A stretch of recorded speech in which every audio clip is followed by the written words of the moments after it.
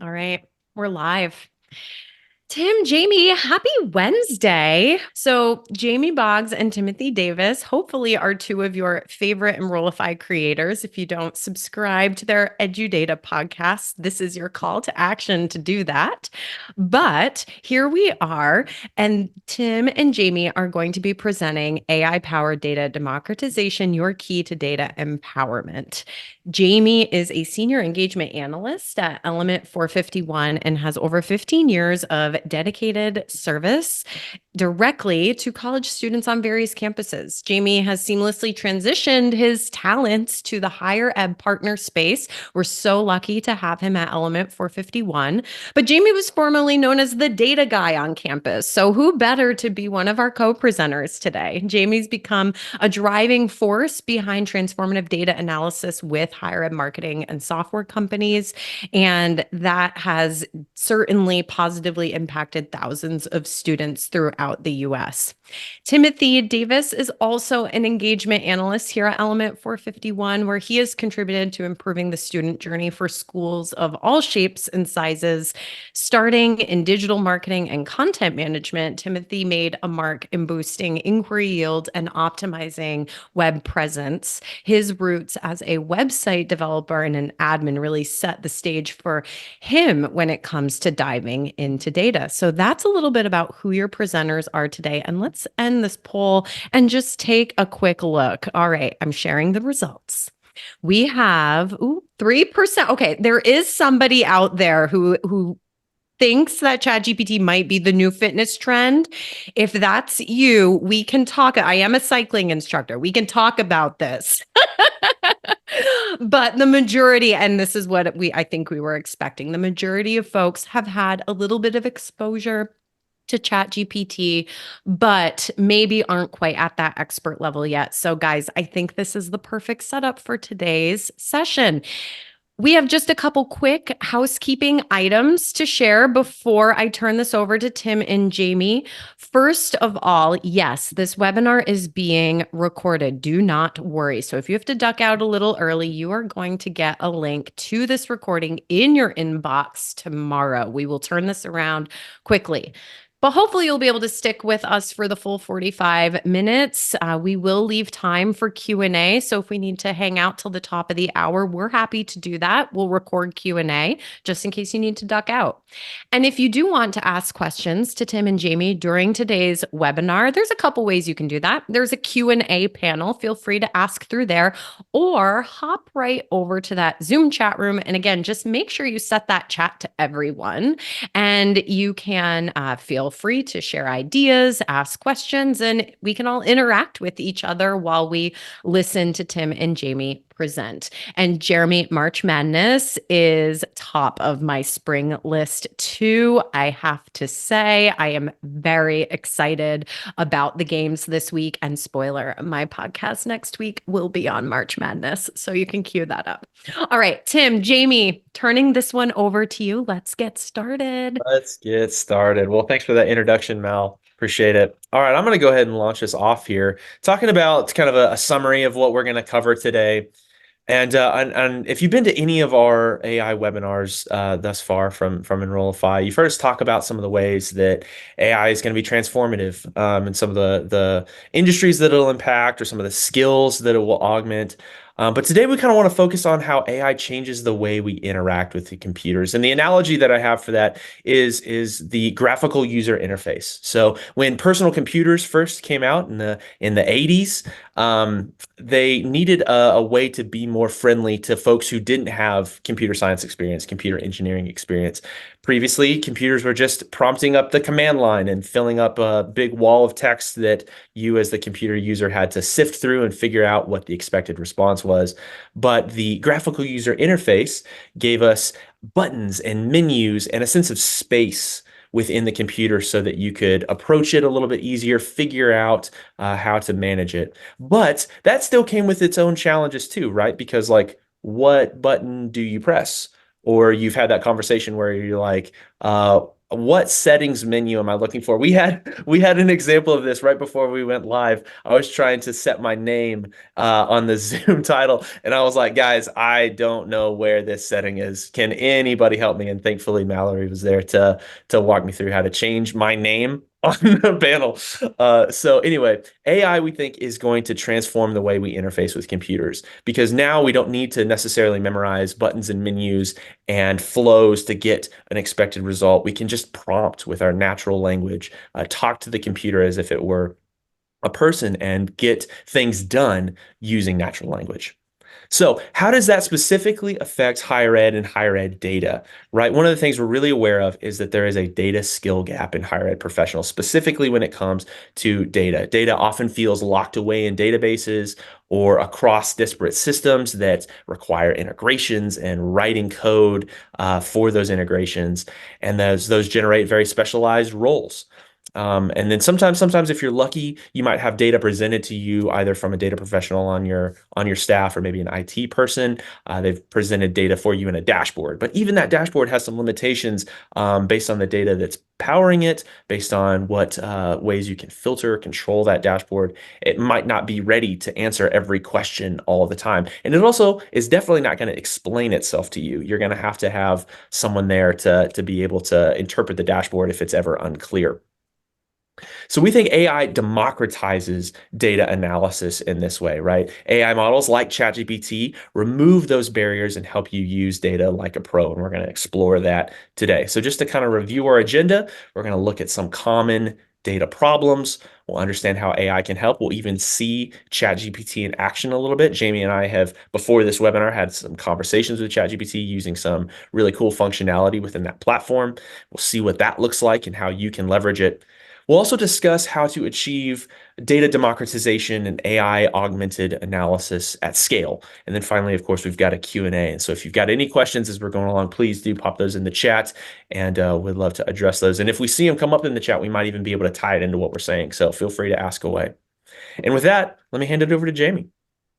Yeah, so before we get into solutions, I'd like to break down the problem just a little bit more that we're looking at. And it really requires talking about two different problems that we run into with data. We're talking specifically about higher ed. It's not only higher ed, but it certainly is familiar to all of us, right? So one is disparate data, not desperate data. Like I'm desperate to get the right data sometimes and to make it look clean, but this is disparate data. So data that is spread out across campus. It's housed in different areas, and it doesn't really match well together.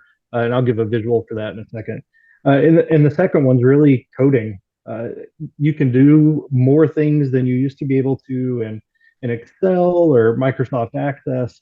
But in order to really analyze data, there are some really complex functions and some really complicated coding languages that make that easy. And a lot of us don't have the skills to be fluent in those languages. The disparate data, one piece of it is data is everywhere. We have data in our CRM, in our student information system, marketing, admissions, institutional research, and the academic side, and the student affairs side. And everybody has that guy on campus that just keeps everything in a spreadsheet. His name is probably John. That was my guy. He actually kept housing plans on pencil and paper to like 2012. Not kidding. There's always that dude's spreadsheet. And all that data, I mean, in addition to being all over campus and not together, it also, the schema doesn't match. You look at registration data and student information systems are probably at the student level. You go over to admissions and it's at the application level. Marketing is keeping track of everything based on campaigns. It can be based on admissions counselor, advisor, student type, student region, student territory. So all the data isn't a straight line between the data that I have in my department and what my cohort has in another department. So that makes it really complicated for us to understand what's happening. As far as the coding language issues, I've got a few of those up here. SQL, SQL is really a way to take a data set and really just get it to spit out data. You can perform some functions in it, but it's really more about cleaning, organizing, and materializing data. Python's a very common language. R is another programming language. I'm not a pirate. It is just the letter R. And then we see some terms over here on the right side: regression, time series analysis. More likely than not, you had a research class in school and you're familiar with what those words mean, but you've had no reason to practice it or to figure out how to apply that to the data that you have. And then visualizations. I am the most unesthetic person in the world. Um, Constantly, Timothy and Megan on our team have to correct me and be like, your colors just like I'm blind. I can't tell what you're trying to do. So not all of us have these skill sets, is what I'm trying to say. I can't make a pretty chart.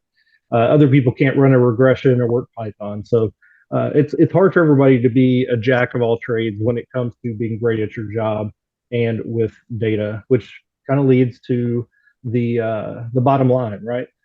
We wear too many hats already. I know, especially after COVID with some budget cuts or working from home a little bit more, we've had to do more things in different ways than we ever have. So if you're already doing the job of three people, which I'm sure some of you feel like you are, it's not reasonable to also expect you to be a data expert at coding, finding, cleaning data, the person to go out and retrieve all the data from the different parts of campus. But the good news is that you don't have to be a data expert anymore. There is a way for us all to access it in a meaningful way. The goal of data democratization is to have anybody use data at any time without any barriers, whether that's understanding or access. We want everybody to be able to take some data and learn from it. And that's tough if we have trouble uh, understanding. We may know what the data means, but if it's somebody else's data across campus, I may look at it and say, what are you doing with this? I know this is registration data, but why is everything, what do the turn codes mean? What does the force code mean? And it's complex. And I was trying to think of an analogy for that. And I came back to a sport. We talked about baseball and basketball already. Let's go to football a little bit. Peyton Manning, former NFL Super Bowl winning quarterback, was on the Smart List podcast recently, which is the only podcast I listen to outside the Enrollify network. Throwing that out there, Mallory. And they asked him what would a play call be like, and this is the description he gave them: explode, gun double right, flip zebra, Scott left, Y, drag, F hook, F trail, alert, 52, sprint jaw, easy on two, ready, break. It looks like gibberish to me, right? So I may know how to look at a football game and see, oh, well, the receivers are running in this direction. They're trying to get open here or there, or this is who Peyton Manning's looking at when he's throwing it. But I can't apply these words to it if I don't know what they mean. Uh, so we need a way to where I can look at the field, see what's happening, but also understand the verbiage, understand the underlying code or underlying themes to be able to be actionable about what I'm finding. And I didn't even intend to do this when I came up with this analogy, but I put this into ChatGPT and it gave me a description. Explode means we're going to go deep. We're going to try to, or it could mean this. Of course, it doesn't have the Broncos playbook. It could mean that we're going to throw a deep pass, double or gun double right. We're in the shotgun, two receivers to the right. We're going to flip zebra. We're going to do something on one side. We used to do on the other. Sprint means the quarterback's running out. 52 is a blocking scheme. It all means something to somebody, but it all means nothing to me. And what ChatGPT is able to do is to put us in a position where I can use this to be productive, even if I don't fully understand it. Absolutely. Yeah. I feel like definitely have had some points where like maybe an IT professional when I was on campus, would say something in an email that looked just like this. And I've sat there and went, yeah, okay, just kind of nodding along, seeing if I can pull something out of there that makes sense. So yeah, absolutely. We think that AI is going to be able to help augment our skills and democratize data across our campuses. So let's look at that a little more in depth. How does AI help? So first, let's kind of hone in on a specific type of AI, not just use that broad term, right? Today, we're going to talk specifically about LLMs. LLMs are a type of artificial intelligence that's really good at predicting text and producing human-like writing. And if you've been to any of our AI webinars, this is usually the AI we're talking about. You probably heard about LLMs before, but basically they're created by taking a huge training set, trillions of documents, whatever the model creator could scrape off the internet. And of course, there's a lot of legislation around that now. But basically, creating a huge training set and then training the model to predict text given some sort of input. Right. So, and you've seen that if you've interacted with ChatGPT, you ask it a question or you ask it to explain something, whatever that may be, then it starts predicting what a human-like response to your question or to your prompt would be. And then, of course, in the creation phase, there's also a validation step where humans evaluate the outputs of the model and say, this is a good one, this is a bad one, approved, rejected, etc. And that just kind of gives some overall context for the model when it's determining how to predict text and produce an output. Right. So your common LLMs, that's ChatGPT. Obviously, we're going to be looking at that one today. Google's Gemini is another big competitor here that's recently changed the name to Gemini. It used to be called Bard. And I'm pretty sure, just because of the nature of how these things develop, that it will change names again. So I don't think you don't get attached to Google Gemini necessarily. Claude is also another one from a company called Anthropic. So there's a lot of these chat LLMs out there. Um, but basically, that's the AI that we're talking about today when we talk about how to democratize data. So let's look at how we can utilize LLMs, utilize this AI within our work. So an easy example is that we can utilize LLMs for their general knowledge, right? They have general knowledge about data skills, statistic concepts, the stuff that Jamie mentioned.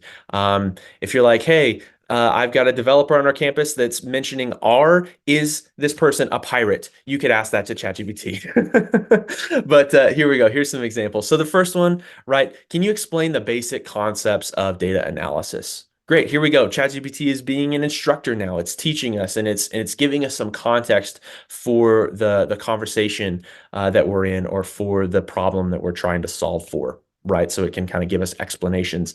Another one that we could look at is, can you teach me how data is collected in a CRM?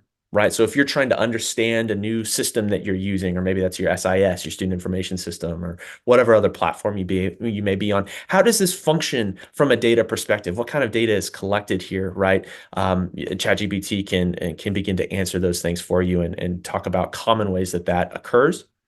And then even if you have a specific software that you're using, that's even something that you could ask ChatGPT about. If you're using Element 451, how does Element 451 collect data? How does Banner collect data? How is it stored? How is it accessed? How does that work behind the scenes? Those are all ways that you can kind of come to understand. A lot of these chatbots too now have the ability to go out and search for their answers. I really like Google's Gemini for this. It will give you a LLM prediction response, a typical chat response. But then there's a function where you can in the chat where you can validate or check what it says against a Google search, and it's just a single click. It goes out and it searches based on the keywords that it finds in that message and sees if it can validate the response that the model produced for you. So that's really handy, especially when you're talking about specific stuff like specific software.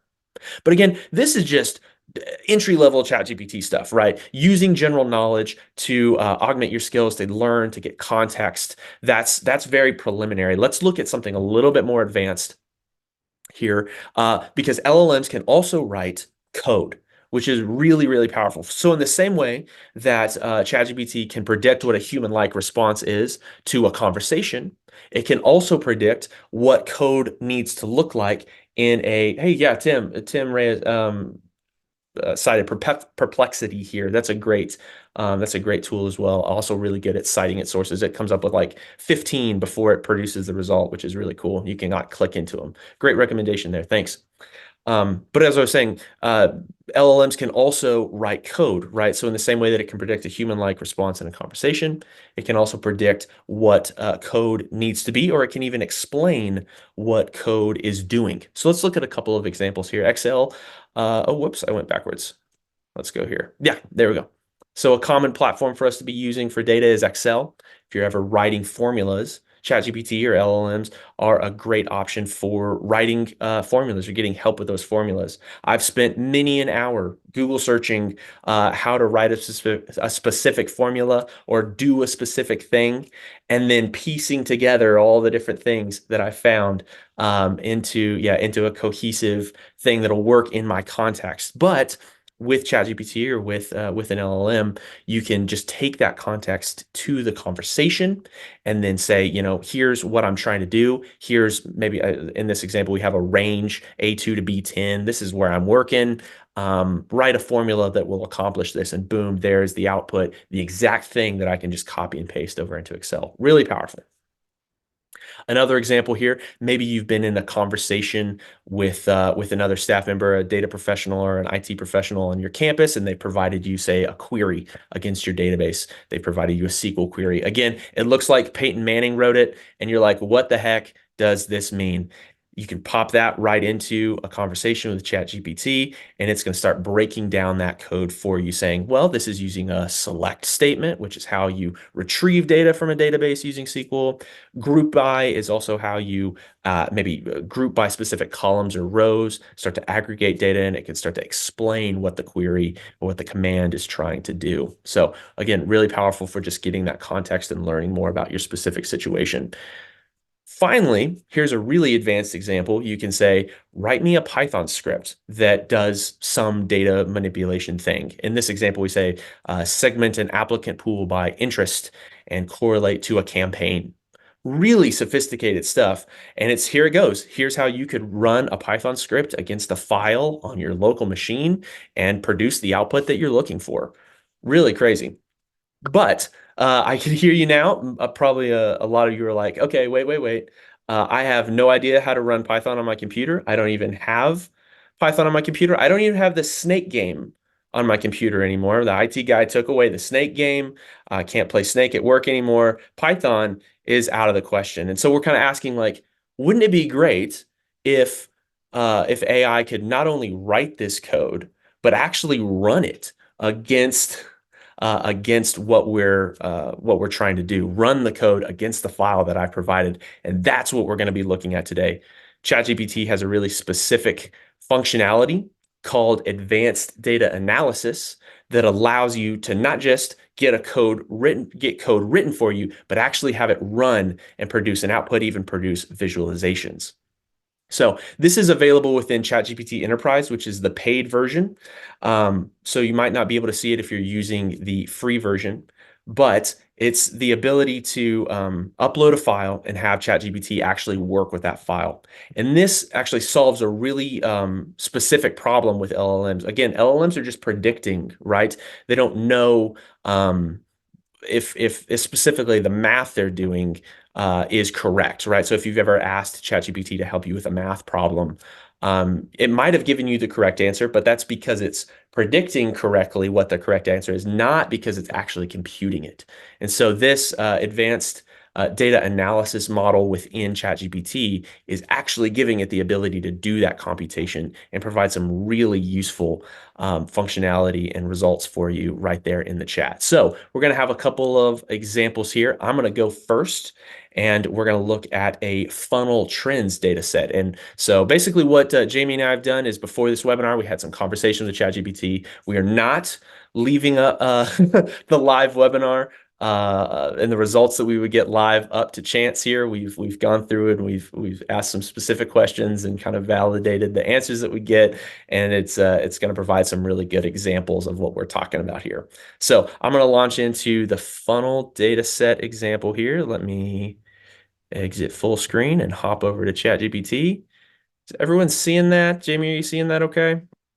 Okay, thumbs up. Okay, great. So I'm in ChatGPT now, and I'm actually halfway down the chat.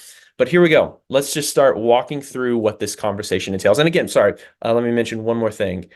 These conversations, as we've shared them, will be available after the webinar in the follow-up email. So if you do want to take a little bit more time and read through these, you can see some of the things that we asked at the shared link that's to these conversations. So both mine and Jamie's example will be in here. Okay, so here's how I started up. Started up by creating a file, a demo file of some funnel data. And basically it's one row per student, and the dates at which they hit specific funnel stages, the date at which they became a prospect, the date at which they became an applicant, etc. And it also has a binary indicator. So we'll see how it kind of approaches that in just a minute, how ChatGPT approaches that in just a minute, but I wanted to give you the context of the file that we've got here. So great. All I do is I upload the file to the chat and I said, no context, help me analyze this. What can I do with this file? What does this file even entail? And immediately I get a really powerful response. First, it's saying, I have a total number of 36,000 rows here, so 36,000 entries across 21 columns with a mix of different data types. So some strings, which is just text, and some integer numbers, right? Let's dig into more specifically what those columns are. It's pulled those out and it's listed them out. And not only has it listed the column name, but it's also generated a description for what that column is. So again, really powerful. If you've approached a data set for the first time and not known what's inside it, asking ChatGPT to analyze that for you and just tell you what the columns might mean can be something that really jumpstarts your analysis. So again, it's telling us, okay, we've got student ID, we've got some demographics here, we've got some term-related data, so the term that they were applying for, admitted for. And then it's got all of their dates for the various funnel stages, and it's got a binary indicator here, so a 1 or a 0, indicating whether or not they reach that stage. And then it's also got the major that they were declared for at that particular stage. And this is a really cool additional piece of data that we could use to do like major migration analysis, stuff like that.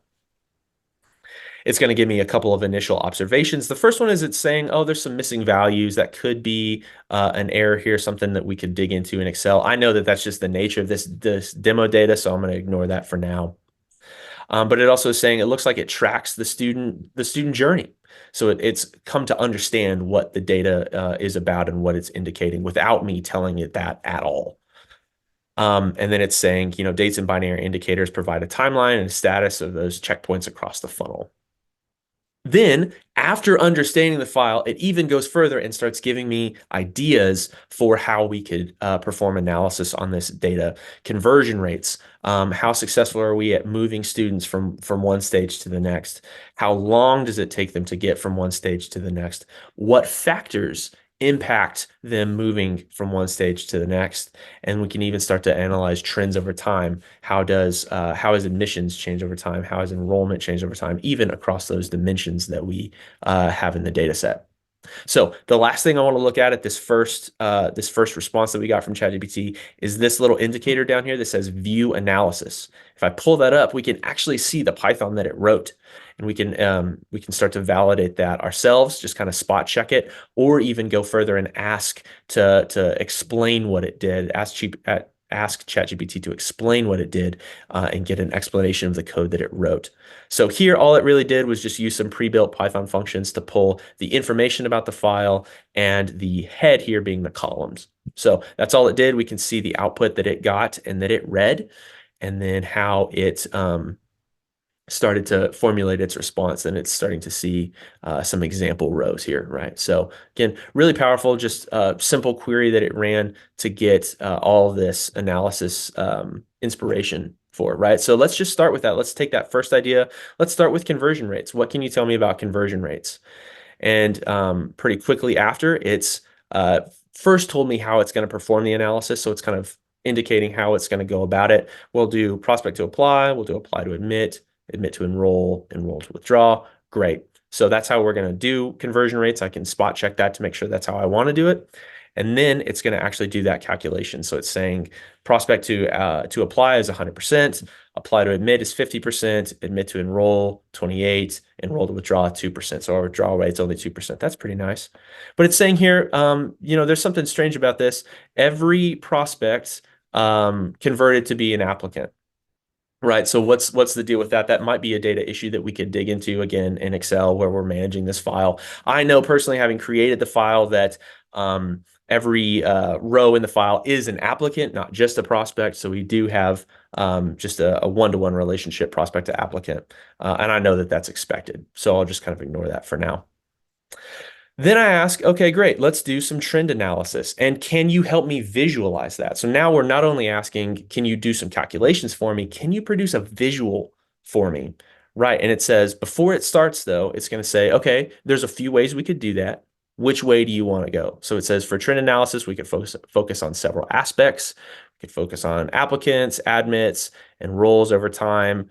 We could also use specific dates. And so I say, okay, let's focus on admissions. It says, great.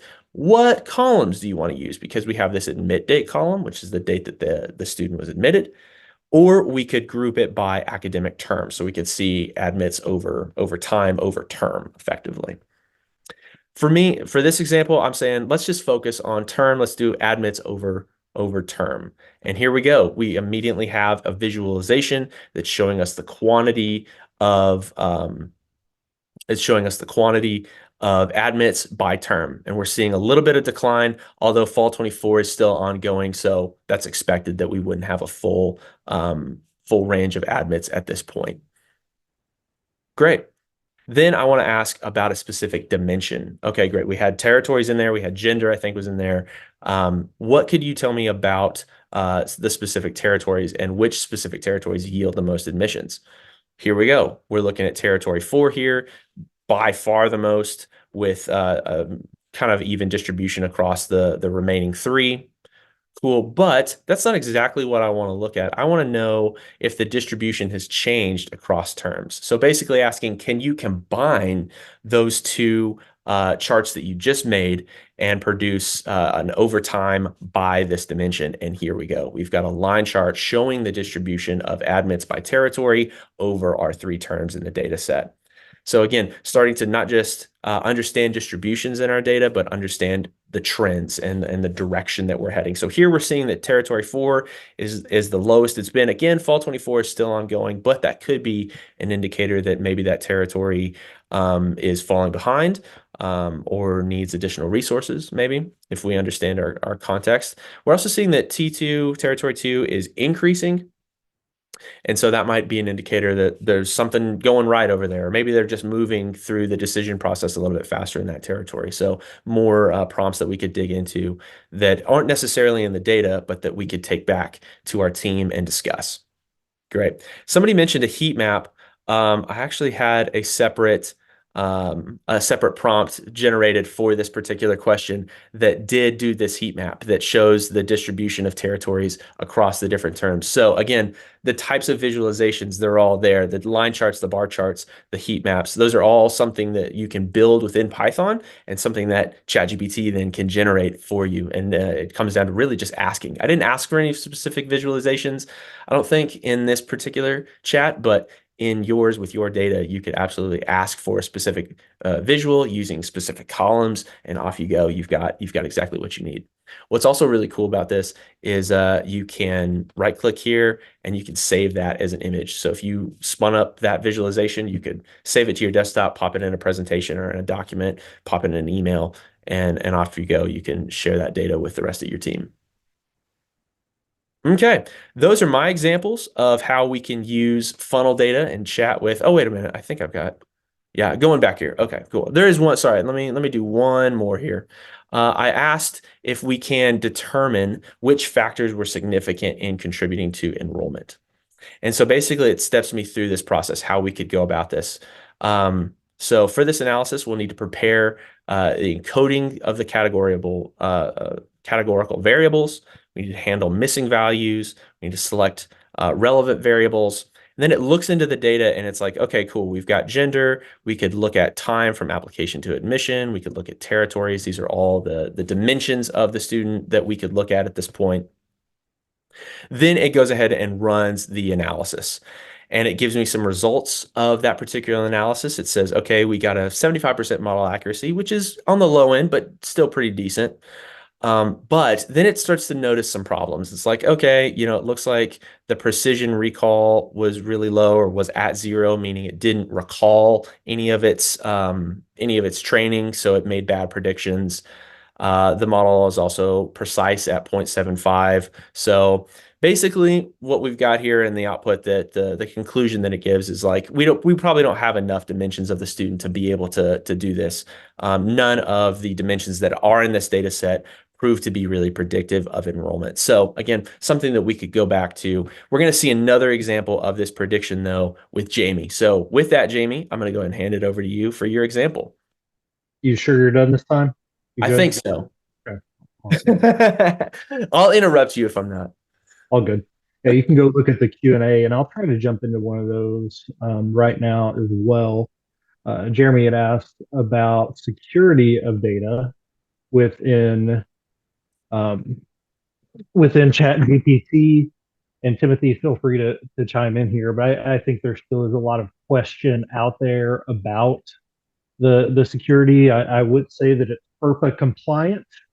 So especially for these examples and really for anything that I use ChatGPT for, I do remove the PII data, the personally identifiable information from the data that I use.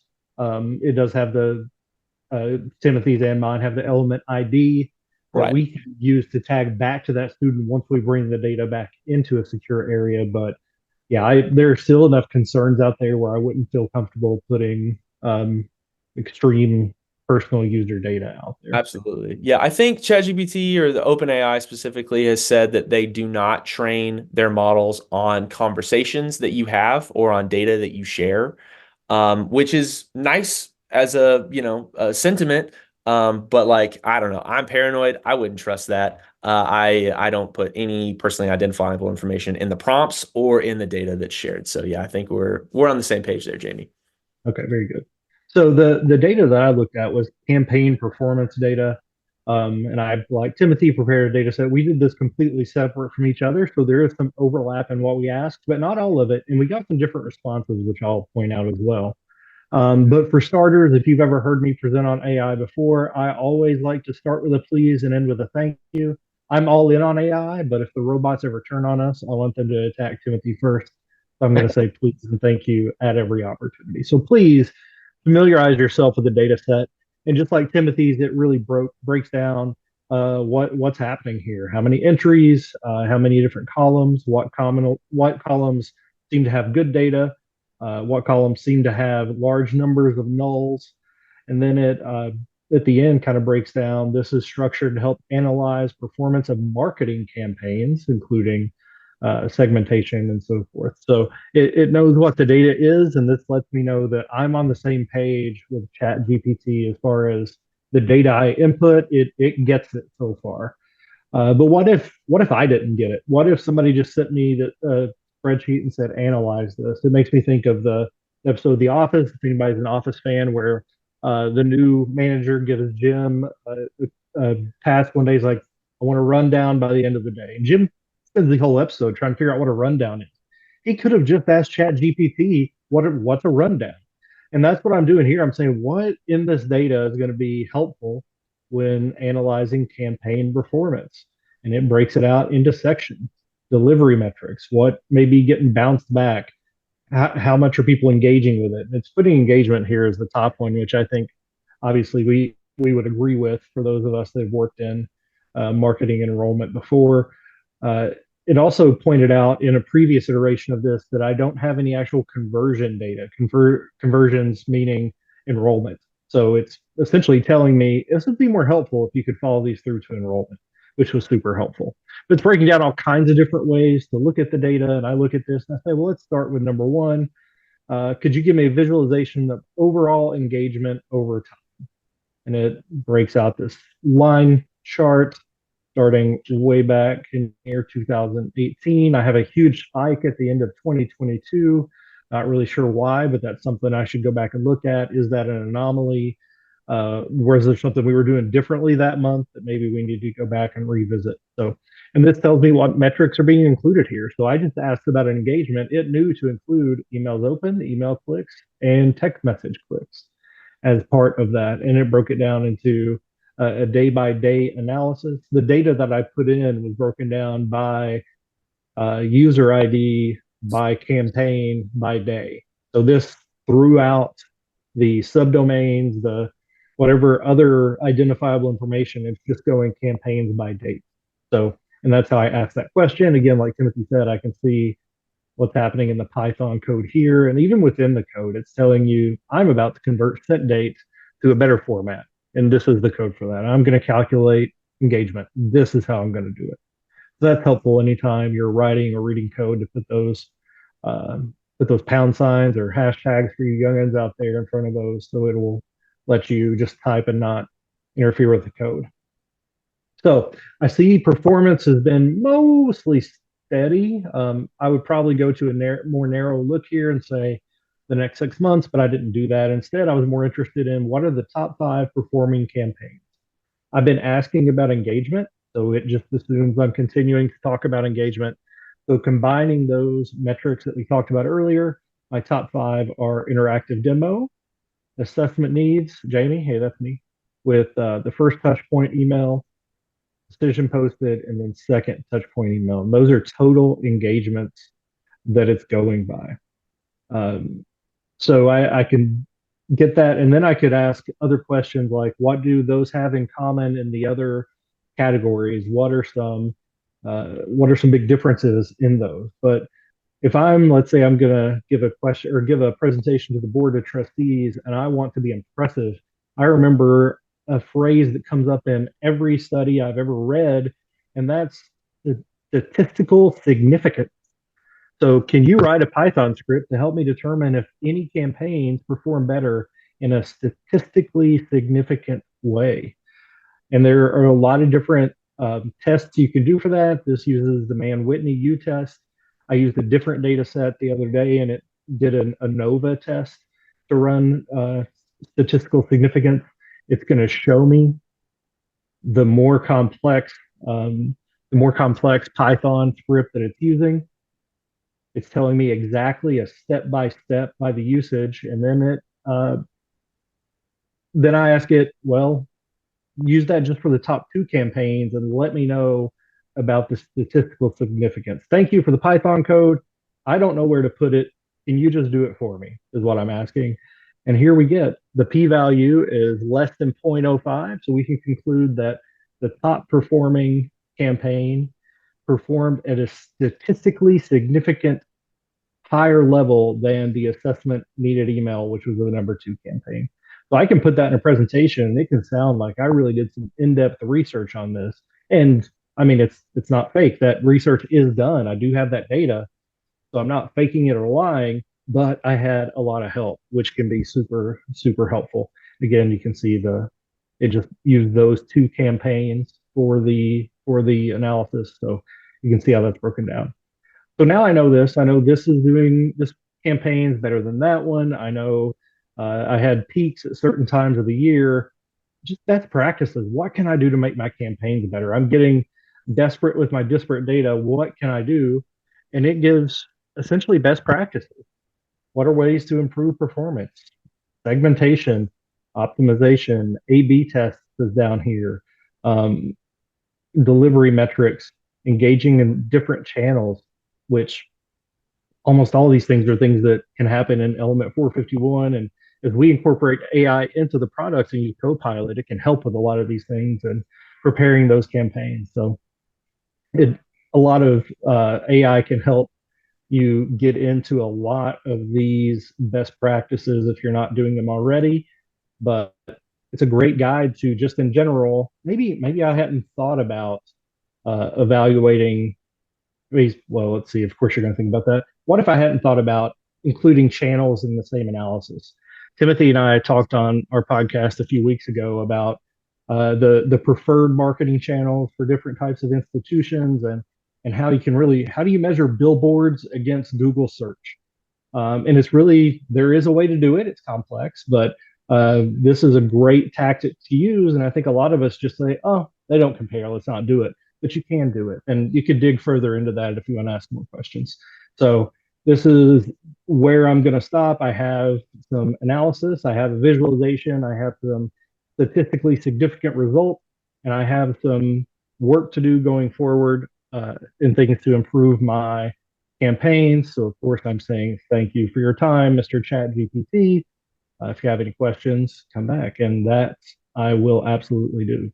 So, 2 different data sets, 2 different sets of questions, but still we come back to, I don't know, a similar place of understanding with the data, of feeling like ChatGPT understands where we're trying to go and how to get there, and then how we can utilize it. And like I said, there are a ton of follow up questions I could ask to what I just saw, but our yeah, statistically significant. Thank you, Mallory. I struggle with that. Um, but we have limited time, right?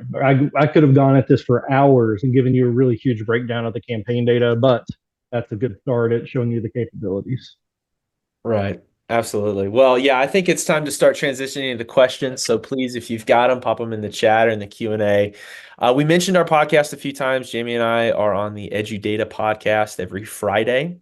And we talk about these topics, try to make data more accessible, talk about reports that have come out in the industry or concepts in the data profession that are really applicable to higher ed pros. So give us a listen if you haven't yet, and we'll see you over there.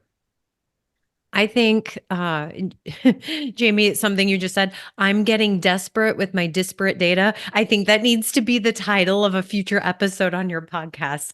Let's do it. It was such a good quote. And I am sure that's a pain that many people who are listening to this webinar right now deeply feel. I mean, I do as a marketer. Well, let me also plug our next webinar, a little preview of what's coming up next. Yours truly is going to be co-presenting with Jamie Hunt, the host of Confessions of a Higher Ed CMO. We actually just did this session to a standing room only at the Cup Wrap conference last week. And just to give you a little taste, we believe that higher ed can't afford to ignore artificial intelligence like maybe we did the internet a couple decades ago. And that in particular, right, today we talked a lot about data, but Jamie and I are going to be talking more about generative AI from a content perspective. And we will show you how to leverage AI effectively to allow your teams to really focus on what they do best, which is probably connecting with students. So in the session, we dive into practical applications of generative AI and demonstrate how it can really enhance your traditional communication strategy, but also help you unlock new insights and help your team be more productive. And actually, we are going to build you a custom GPT live, like during the webinar.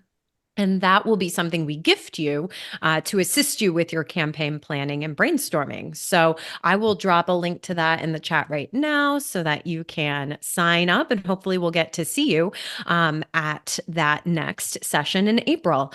But let's hop into Q&A. And I do have a couple questions. And folks, if you want to drop your questions in the chat, please do.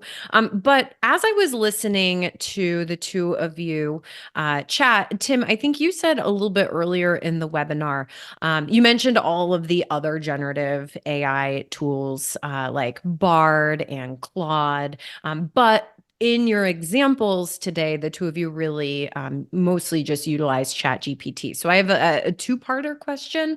First of all, this is an obvious one, but like those other tools can do all this data analysis too, right? Like, can you confirm that for us? But then also, if ChatGPT is your tool of choice, do you need to have one of the paid accounts in order to do this type of analysis that you showed us? Right, right. So starting at the back and going forward, right? So yes, this is on the advanced data analysis model, as they refer to it, is a ChatGPT enterprise exclusive functionality at this point.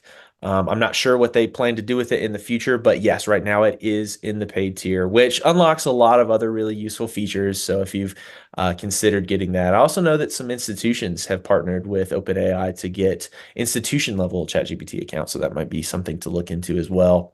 But yeah, right now it is exclusive. Basically, it's a little bit more complicated than just a standalone LLM because it has basically a server that it's running that code on. So there's a little bit more computer infrastructure behind the scenes that enables it to actually do the computations. So yeah, again, a little bit more sophisticated. And right now, to my knowledge, ChatGPT is the only one with this particular functionality built out. Ah. So yeah, Gemini and Claude and the other main LLMs do not have this specific functionality. Now, you could still take your data or maybe like an abridged version of your data to those LLMs and ask it maybe for help doing that analysis in Excel or doing it in Google Sheets, still getting at the same results, but for the full combined experience of prompt to visualization, prompt to actual result that's exclusive to ChatGPT at this point. Um, I understand that they're trying to build ChatGPT or LLM functionality, like specifically into Microsoft's applications. I'm sure they're probably working on that with Google Sheets as well. So there could be a scenario in the future where with your Microsoft 365 account or your Google Workspace account, you've got Google Sheets open, and then you can prompt for these specific results in an Excel or Google Sheets environment. So something to look out for. But yeah, right now it is exclusive to ChatGPT Enterprise. I Awesome. would say that there's still a ton that it can do with your data and walk you through utilizing the code and the formulas and things like that. So it's not, yes, we use that to analyze the data for us today for the speed of the presentation, but it's still the features are, I still use it daily, even the version without that. Right. Awesome. All right, Jamie, this next question's for you. So, as we were looking at all of the data today, Jeremy and Tim and I have been going back and forth in the Q&A when it comes to privacy concerns. And my suspicion is we don't want to be just, like uploading all of our students' personally identifiable information into Chat GPT. So, what are your recommendations around this? What privacy concerns should be top of mind for folks as they are working with data sets in these tools? Um, Anything you want to say on that one? Yeah, I would say primarily let FERPA be your guide. If it's not something that you'd be willing to have laying out on your desk while somebody's taking a tour of campus, don't put it in Chat GPT. Timothy and I were talking yesterday of the data that we do put in, and if we're putting a state location, if we're putting a high school, it it may not be, we may not be able to track that back to a student. You start getting to the zip code, it starts getting a little more iffy. So Mm. I think that's for us what we came to yesterday is kind of the line to settle close to, and I don't even know where we ended up with that. I think Yeah. that's such a good like pressure test though. Like, would I leave this on my desk if a student was taking a tour through my office? Like, Yeah. yes or no? Like I think that's like a common sense like pressure test right there. Yeah, absolutely. Tim, anything else to add? Yeah, I mean, I think we could talk about a few other dimensions. Like we had gender in one of our data sets. We had territory. So like school defined dimensions like territory or student type, I would feel safe doing those because those are fairly arbitrary, right? They're not going to be specific down to a student. But yeah, I mean, like you said, Jamie, there's FERPA, there's other guidelines around the industry that kind of govern what personally identifiable information is. So if you ever have a question about that, you can consult those frameworks. Perfect. All right. Well, that is it in terms of the questions that have been submitted. Timothy, Jamie, we thank you so much for imparting this knowledge on us today. Honestly, sometimes I think half the battle working with LLMs is the creativity to come up with the things you want to work with the LLMs to do. And so, my hope is that folks listening today are walking away feeling like, hey, I'm really inspired to maybe try something new that I maybe never thought of, or maybe even are taking away some of the prompts that they saw you share to go and query their data in new ways, or maybe even just start working with data in an LLM. So I hope the inspiration points are high, folks, as you are walking out of this webinar today. We so appreciate you spending the last 56 now minutes with us. And we really hope that we will get to see you on a future Enrollify webinar. Don't forget to sign up for AI Unleashed. That's happening in just a couple weeks. Tim and Jamie, thanks again. And everyone else, have a wonderful afternoon. Bye bye. Thanks, everybody. Bye, everybody. Thanks so much.